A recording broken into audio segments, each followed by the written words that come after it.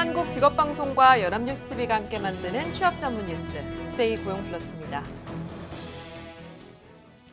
큰 아파트를 선호하던 시절은 이제 지나간 것 같습니다. 서울 강남은 지금 일명 꼬마 아파트, 꼬마 빌딩이 각광받고 있는데요. 1인 가구 증가와 저금리가 원인이라고 합니다. 이경태 기자가 보도합니다. 서울 강남구 삼성동의 힐스테이트 2차 아파트입니다.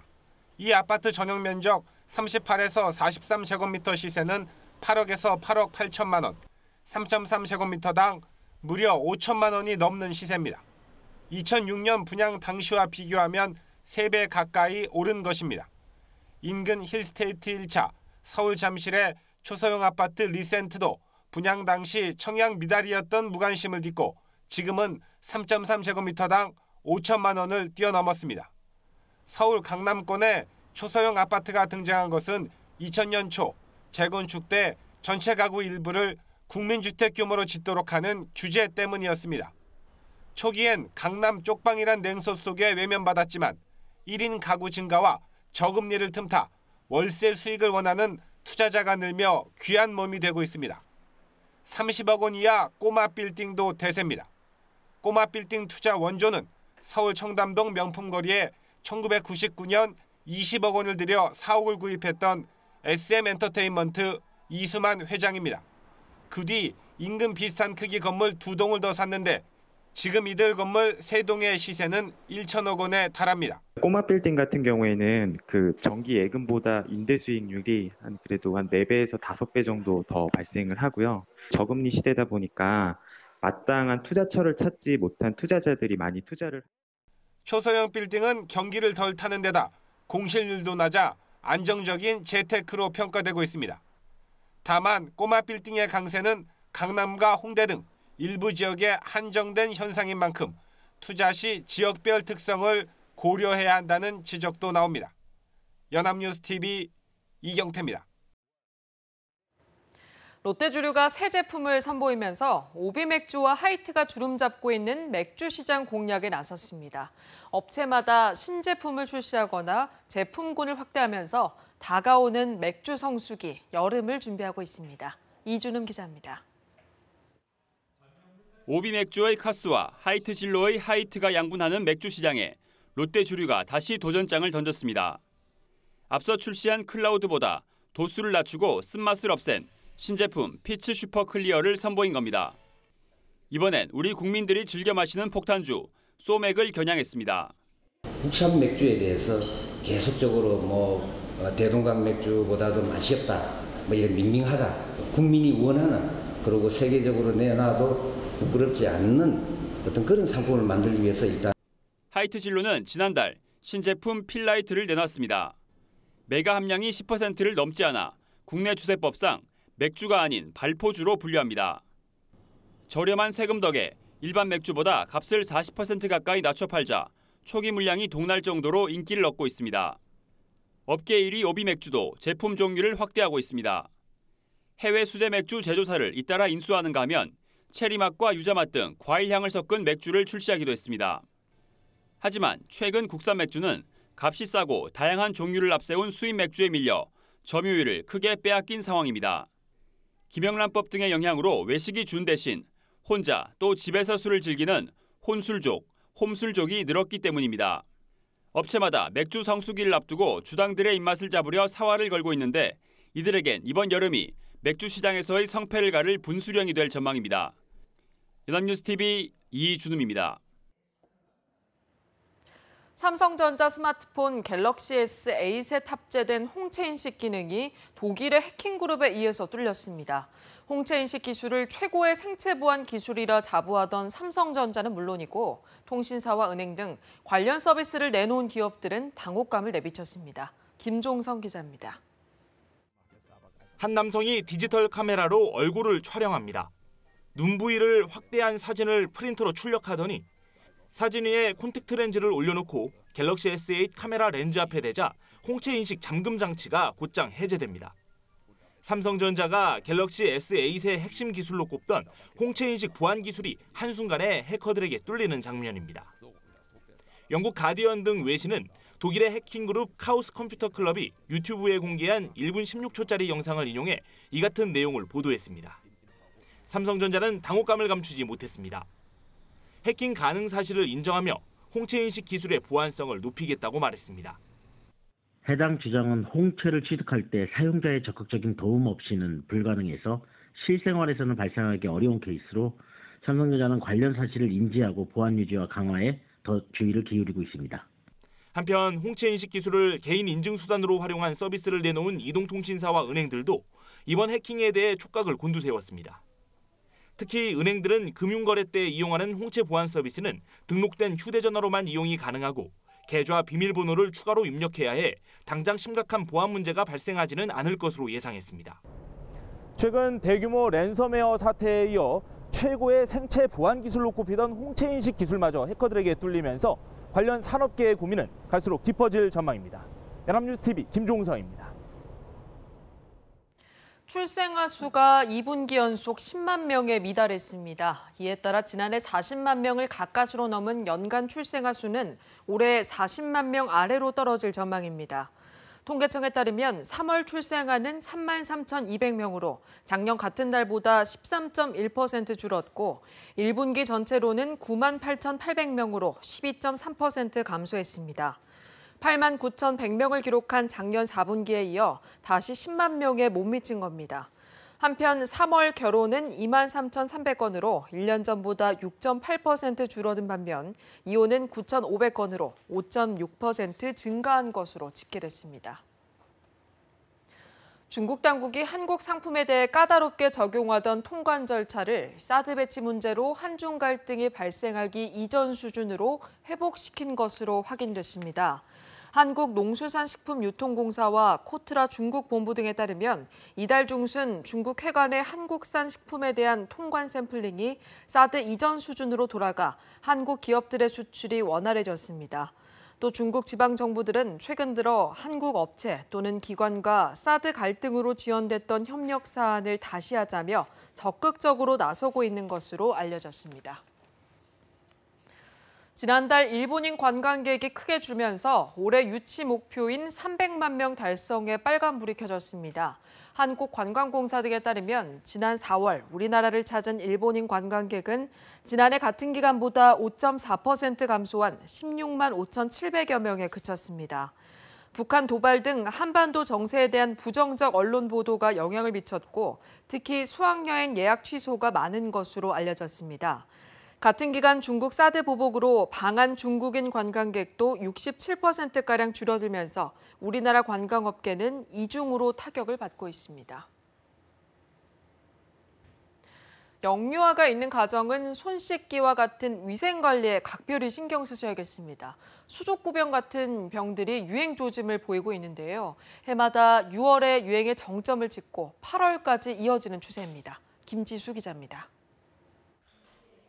5세 이하 영유아가 여름철 많이 걸리는 수족구병이 유행 조짐을 보이고 있습니다.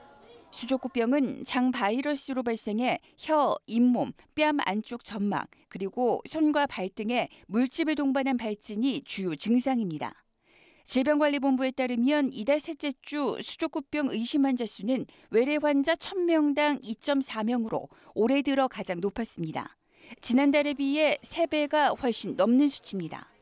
수족구병은 감염된 사람의 침, 콧물과 같은 호흡기 분비물이나 대변 등을 통해 전파돼 어린이집 등 보육시설을 중심으로 집단 발생하기 쉽습니다. 아이들은 손이나 이제 행동할 때 친구들을 서로 만지고 부둥켜 안고 하니까 아무래도 어린이집부터 저희는 조금 안 가고. 예방 백신이 없는 데다 한 번 알았어도 또 걸릴 수 있어 손 씻기와 같은 위생 관리가 중요합니다. 수족구병은 물집이나 발진 증상 없이 열만 나는 경우도 있어 이맘때부터 영유아 가정에서는 세심한 관찰이 필요합니다. 빨리 발견하면 치료가 쉽지만 방치하면 신경계 합병증 위험이 있습니다.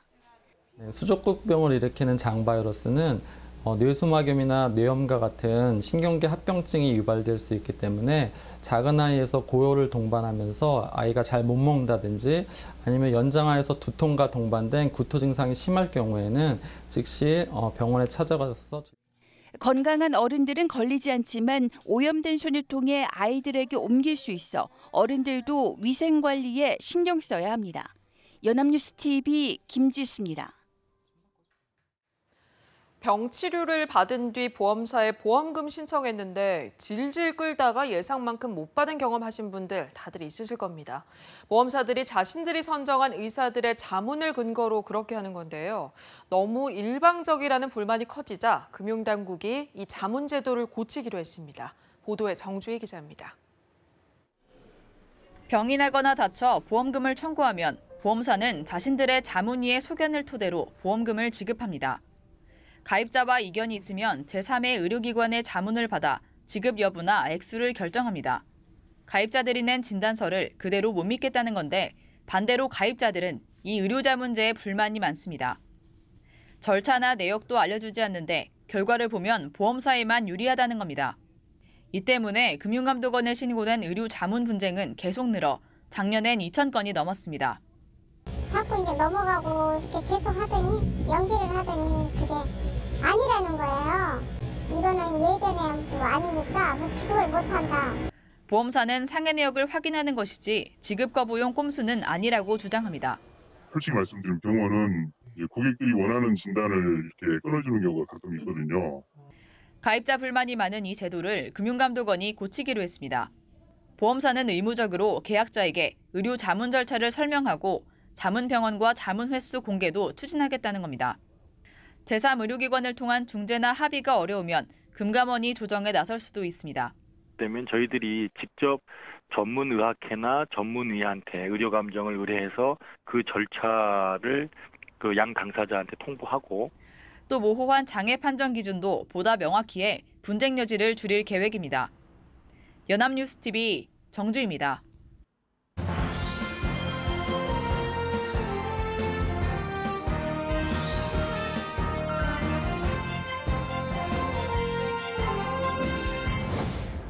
대한민국 50만 구직자의 일자리 현황을 데이터로 풀어봅니다. 데이터 뉴스 시간 구보나 캐스터와 함께합니다. 안녕하세요. 안녕하세요. 데이터 뉴스 시간입니다.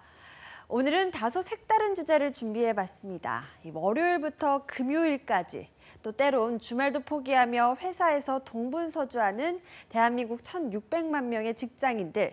이들의 일주일은 과연 어떻게 이뤄지고 있을까요? 이 직장인들의 별별 데이터를 살펴봤습니다. 네, 참 흥미로운 주제네요. 직장인들의 속마음과 일상을 들여다볼 수 있는 유쾌한 시간이 될 것 같습니다.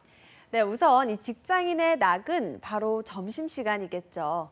한 모바일 요식업체가 직장인들을 대상으로 점심시간에 대해 조사한 결과를 살펴봤는데요. 이 점심 식사를 할 때 식당을 선택하는 기준을 살펴봤더니 절반에 가까운 직장인이 맛 좋은 식당을 선택했다고 합니다. 네, 맞습니다. 저도 그렇고요. 일하는 사람들의 낙은 역시 점심이겠죠. 오전에 업무 때문에 스트레스를 받다가도 맛있는 점심을 먹으면 그날 오후에는 좀 기분 좋게 일할 수 있잖아요. 네, 저도 그렇거든요. 거기에 요즘 먹거리 위생에 신경을 쓰다 보니 반찬을 재사용하지 않고 주방이 청결한 깨끗한 식당을 선호하는 편인데요. 역시 22%의 다른 직장인들도 깨끗한 식당을 선호하는 것으로 나타났더라고요. 그 외에도 이용하는 식당을 살피니 각각 12%의 응답자가 푸짐한 식당과 가까운 식당을 선택했습니다. 네, 그렇군요. 그런데 또 점심 먹을 때 가장 중요한 게 누구랑 먹는지잖아요. 일반적으로 직장인들은 누구와 함께 점심을 먹나요? 네, 이 83%의 직장인들이 회사 사람들과 함께 먹는다며 부서원이 압도적인 1위를 차지했는데요. 최근 혼밥 문화가 늘었다고는 하지만 혼자 밥을 먹는다는 직장인은 8.3%밖에 되지 않았습니다. 아직까지 직장에서는 사회생활이 우선시되기 때문에 다 같이 먹어야 한다는 시각이 다수를 차지하기 때문인 것으로 보입니다. 네, 기분 좋게 대화 나누면서 먹으면 좋을 텐데 어떤 상사들은 밥 먹을 때도 일 얘기 이래라 저래라 하다 보니까 맛있는 음식이 나와도 제대로 먹지 못할 때도 있을 것 같습니다. 네, 맞습니다. 그래서일까요? 실제로 직장인들이 CEO가 갖춰야 할 가장 중요한 능력을 소통 능력으로 뽑았을 정도입니다. 점심시간뿐만 아니라 일할 때도 부하들과의 커뮤니케이션이 중요하다고 생각한 건데요. 함께 아이디어를 고민하고 존중하면서 적극적으로 참여하는 리더가 최고의 리더라고 생각을 하는 거죠. 네, 이해가 갑니다. 무조건 권위만 내세우지 않고 소통하면서 일을 해야 일도 좀 효율적으로 돌아가는 거잖아요. 효율 얘기가 나왔으니까 하는 말인데 요즘 직장인들의 근무 시간은 어떤지 궁금합니다. 예전보다 좀 효율적으로 바뀌었나요? 참 아쉽게도 아닌 것 같습니다. 저도 직장인들의 근무 시간이 궁금해서 일단 찾아봤는데요.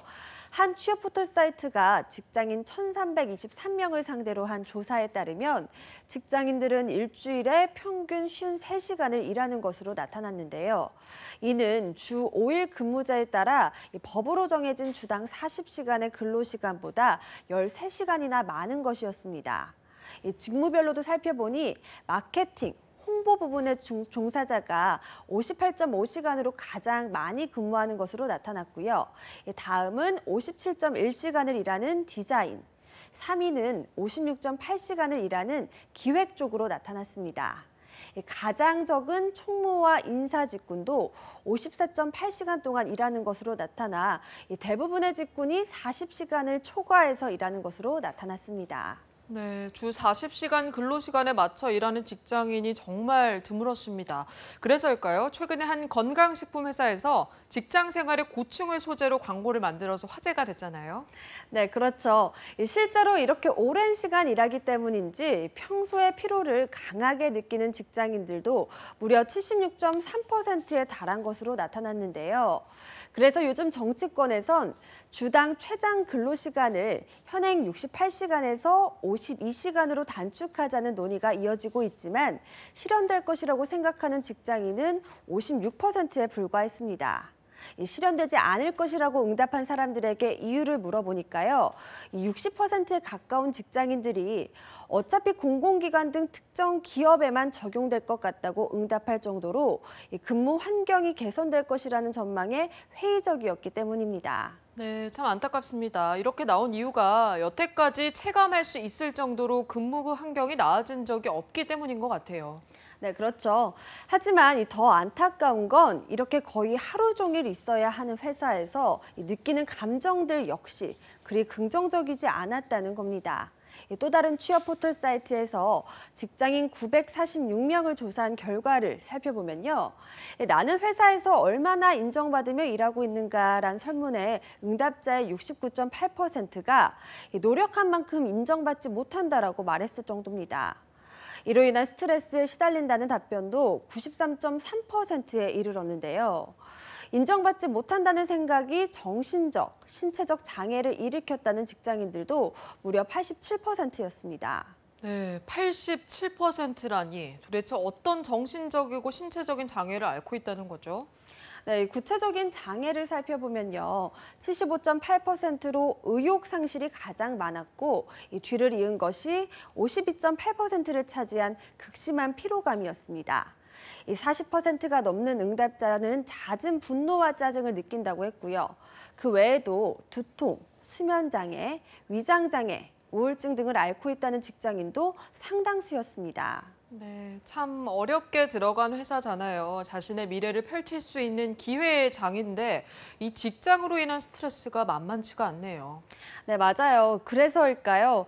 이 직장인은 과연 자녀가 어떤 직업을 갖기 원할까 찾아봤더니 이 직장인을 뽑은 응답률은 4.8%에 불과했습니다.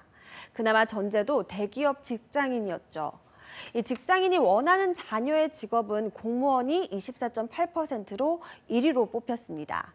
이 전문직으로 꼽히는 의사, 약사보다 훨씬 많은 수치였는데요. 아마도 일반 직장과 다르게 내 자녀는 야근이 적고 안정된 일자리를 찾았으면 좋겠다는 희망에서 나온 것이 아닐까 싶습니다. 네, 조금만 더 환경이 개선된다면 우리 직장인들도 자신의 직업에 대해서 자부심을 가지고 스트레스 없이 회사를 다닐 수 있을 텐데요. 참 안타까웠습니다.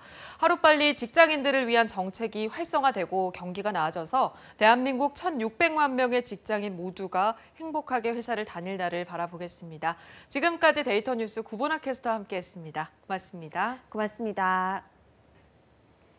투데이 고용플러스 오늘 준비한 소식은 여기까지입니다. 함께해 주신 여러분 고맙습니다.